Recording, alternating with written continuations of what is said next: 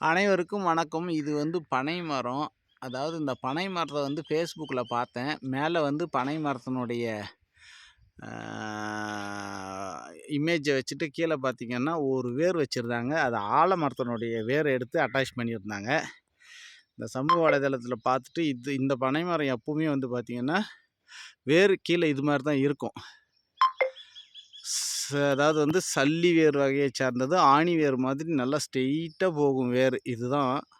ஆனா, இதே மாதிரி பல பனை மரங்களும் பார்த்துருக்குறோம் நானும்.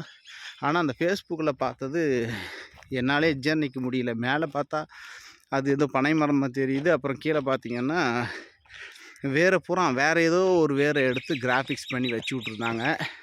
அது மாதிரிலாம் தயவுசெய்து அந்த சமூக வலைதளத்தில் வர்றதெல்லாம் நம்பாதீங்க. இதுவும் ஒரு பனை மரம் தான். இதனுடைய வேர் பார்த்தீங்கன்னா, இப்படி தான் இருக்கும். எல்லாம் சல்லி வேர் மாதிரி இருக்கும். நல்லா ஆணி வேர் மாதிரி ஸ்ட்ரெயிட்டா ஊண்டி தான் போகும் அது. இப்படி தான் இருக்கும். அதனால் வந்து அந்த Facebookல வர்ற மேக்ஸிமம் வர்றதெல்லாம் நீங்கள் நம்பாதீங்க. வேர் இப்படி தான் இருக்கும் பனை மரத்தினுடைய வேர். நன்றி, வணக்கம்.